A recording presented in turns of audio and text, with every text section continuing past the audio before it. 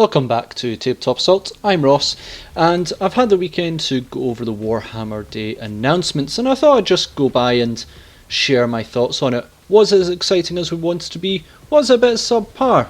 Well, let's discuss how it went. Let's start off with 40k and Age of Sigmar. So we got the Shadow Throne box set announced with Custodes versus Genestealer Cult, new model for each force and a new codex. So I believe the codex is not in the box. Correct me if I'm wrong on that one. Now the problem with this is that a lot of people in the community, especially those who might look at the rumour sites, this has been long predicted. When I think fair few months ago Black Templar was announced by Rumour Mill along with Genestealer Cults, and then we're further seeing Tau and Chaos in Chaos Space Marines, quite a lot of detail are expected into next year. We sort of now are only getting confirmations and further details of what stuff we kind of already know. This is the painful side of rumours, and sometimes you need to lean into them, sometimes you don't. And I feel Games Workshop is not doing so, which is a little bit of an annoyance. So yeah, we already know a few details coming up. This was more of a confirmation. Though I have to announce, I do like the models in both, and I really did enjoy some of the setups and dioramas. They are very cool. The other thing as well is Genestealers being directly on Terra. That is going to be interesting, and I look forward to seeing how narratively that plays out. In Age of Sigmar, I think we only got one new model and one codex, which is for the Maggot-kin of Nurgle.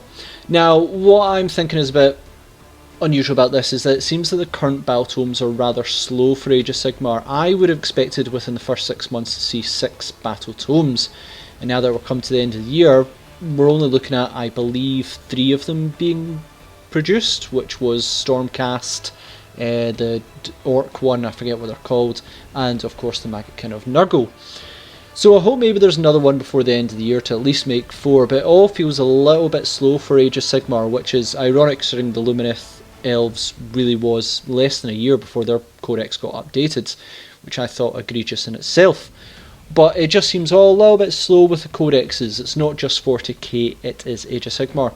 Overall, with these 2 games, I was a little bit disappointed with the announcements. If there was anything I would have been really excited to see, and I feel we're probably going to see them in the next 2-3 weeks anyway, is the sort of Christmas bundle boxes. Now, some people like them, some people don't, and some of them are really popular, some are not. It really depends what gets bundled into them. But certainly for me, I have, well, we're just collecting some orcs at the moment. I would love to see what an orc box is, so I could maybe prepare some purchases.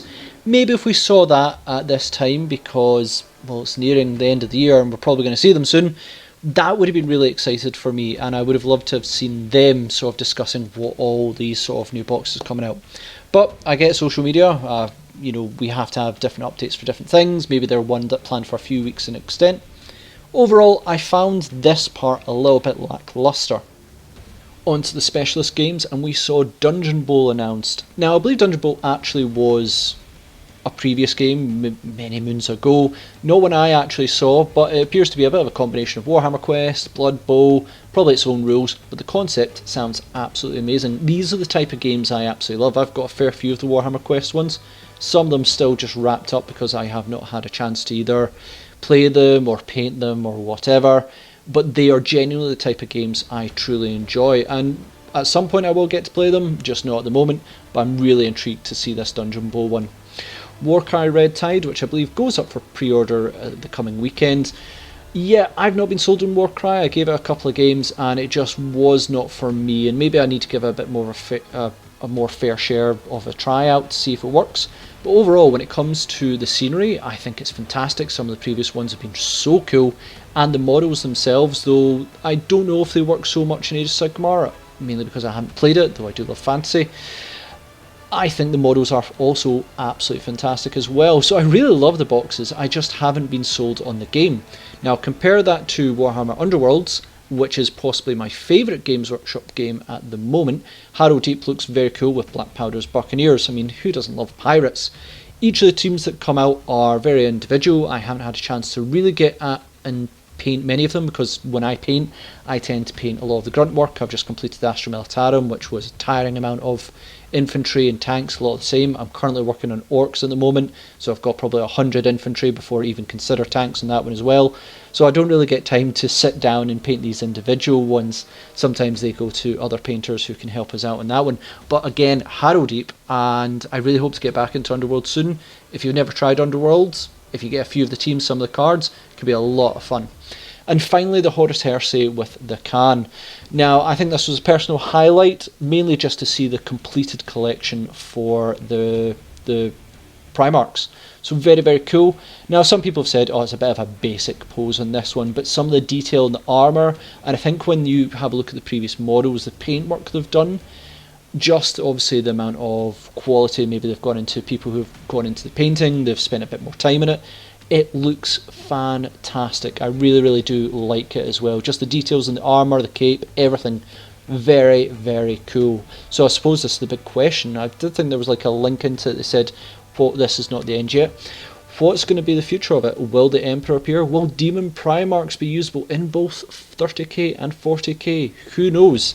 I think with finishing this Primarch, we'll then probably go into the Siege of Terror as a narrative campaign. I'm almost certain of that at some point.